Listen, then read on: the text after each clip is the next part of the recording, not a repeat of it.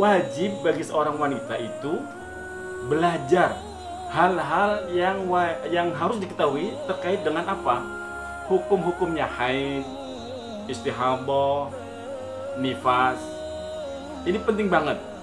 Karena ini kunci seorang wanita akan menjadi pribadi yang mulia. Assalamualaikum warahmatullahi wabarakatuh. Untuk sholat menjadi sah, syarat sahnya sholat adalah harus paham tentang toharoh, tentang bersuci. Nah, kalau tidak tahu kaifiyah, tata caranya bersuci, terus bagaimana sholatnya? Nah, maka hal-hal yang wajib dan penting diketahui oleh seorang wanita, diantaranya yang pertama dan paling utama adalah hukum-hukum yang terkait dengan hukum haid, istihadah, nifas, wiladah, dan penggunaan air. Ada air thahirun mutahharun, ada air suci mensucikan, ada air thahirun, ada air yang suci saja tapi nggak bisa mensucikan, ada air musta'mal, ada air mutanajis yang terkena najis. Nah, ini harus paham karena hari ini dengan canggihnya peralatan, zaman dulu mungkin masih orang mandi di kali atau di kolam yang cukup besar ya. Sekarang pakainya shower atau kamarnya kecil, pakainya bak kecil hingga jauh dari ukuran 2 kulah. Terus bagaimana cara memanfaatkan menggunakan air yang kurang dari 2 kulah biar untuk bersuci sah dan tidak jadi mustakmal? Wah, ini mestinya ngajinya harus offline nih, bukan online nih. Dan mudah-mudahan ibu-ibu paham lah ya. Pokoknya paham aja lah, daripada nggak paham susah sayanya. Nggak bisa jelasin lebih jauh. Pokoknya dengerin dulu baik-baik.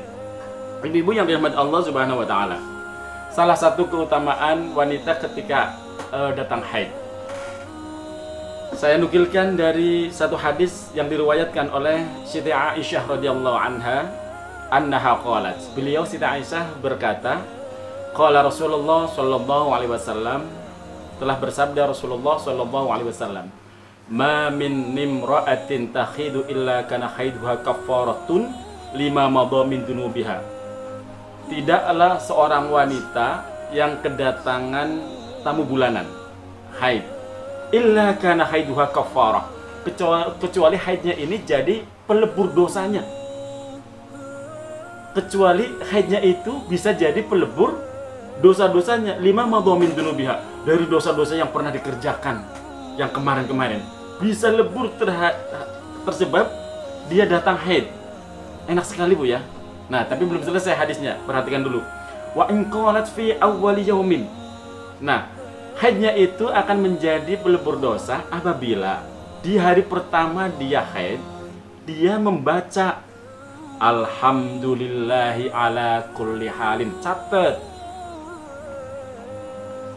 alhamdulillahi ala kulli halin wastaghfirullaha min kulli dzambin. Dilanjutkan dalam hadis ini, kataballahu laha bara'atan minan nar. Allah tetapkan untuk wanita yang haid tadi, yang di hari pertama ngucapin alhamdulillah tadi, bara'atan minan nar, merdeka dari panasnya neraka.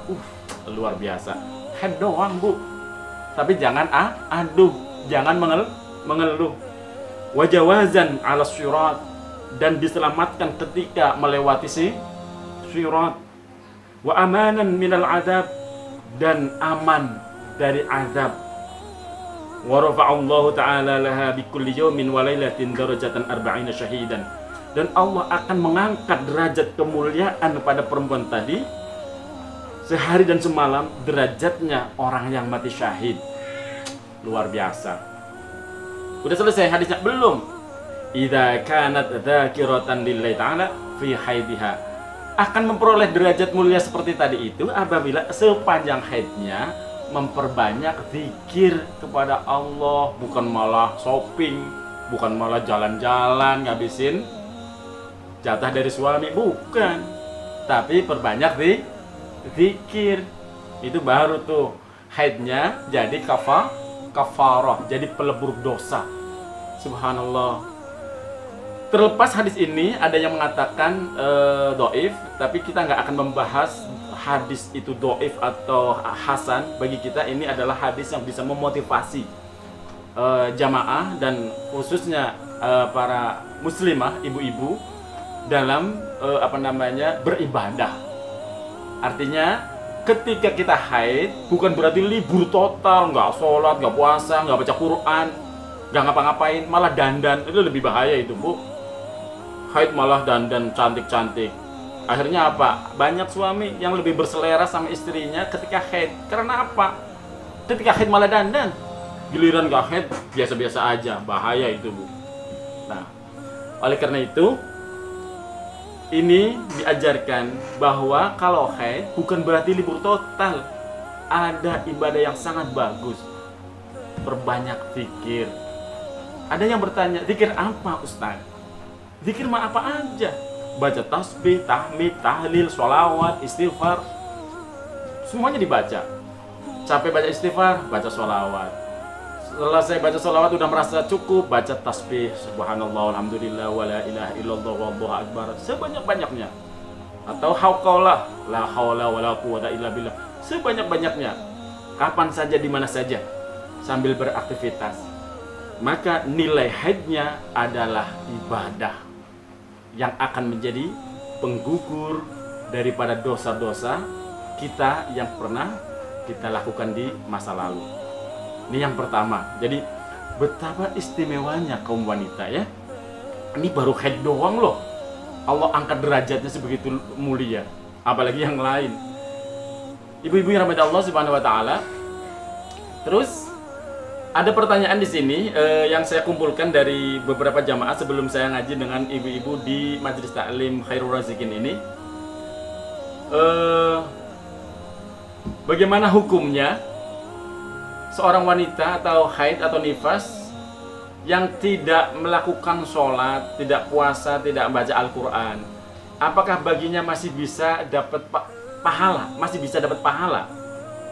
Nah, jawabannya adalah wanita yang haid, yang nifas, istihadah masih tetap mendapat pahala apabila diniati mengikuti perintahnya syariat.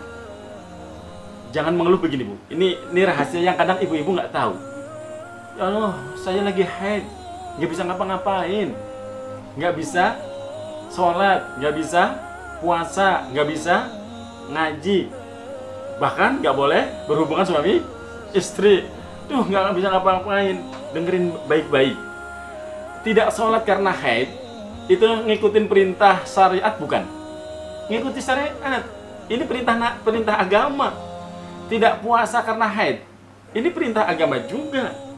Tidak baca Al-Quran kenceng-kenceng, kecuali di hati boleh. Tapi kalau kenceng itu nggak boleh. Lah, tidak membaca Al-Quran karena haid pun ini perintah agama. Bahkan tidak berhubungan suami istri karena haid, ini juga perintah agama. Maka ketika diniati mengikuti perintah agama, itu semua nilainya ibadah gitu, Bu. Jadi jangan, oh kalau haid berarti libur total, nggak ngapa-ngapain, nggak dapat apa-apa. Oh enggak, justru tidak ngapa-ngapainnya itu adalah ibadah, karena dalam rangka ngikutin perintah agama. Itulah rahasianya. Ibu-ibu jamaah yang dimuliakan Allah Subhanahu wa taala. Selanjutnya ketika haid datang, sedang ia lagi berpuasa, wabil khusus puasa Ramadan misalnya. Apakah harus melanjutkan puasa? Apa membatalkannya? Tadi udah dibahas. Salah satu yang tidak boleh dikerjakan oleh orang yang haid adalah ibadah puasa. Masalahnya datangnya haid pas lagi tengah-tengah puasa. Terus bagaimana? Apakah dibatalin atau lanjut puasa? Jawabannya adalah tidak boleh melanjutkan puasa, tapi juga tidak wajib membatalkannya. Wadzalika iktifa'un bi'adamin niyah. Cukup dengan tidak berniat puasa. Ya udah, saya haid ternyata nih, saya niat nggak puasa. Jangan mentang-mentang nggak puasa, kemudian makan di pinggir jalan, udah jilbabnya rapi banget, nongkrongnya di kafe, siang-siang bulan Ramadan lagi. Itu banyak tuh dilihat kalau bulan Ramadan. Yang rame di tempat-tempat makan justru mak-mak berjilbab. Karena saya bertanya-tanya, apa iya haid ke rombongan gitu loh, Bu? Masa iya haidnya itu wadhalika iktifa'un bi'adamin niyah. Jadi kalau kita lagi puasa, ibu-ibu puasa, tiba-tiba datang bulan, entah udah zuhur, bahkan udah asar kok datang bulan, ya Allah, eman tinggal beberapa jam lagi.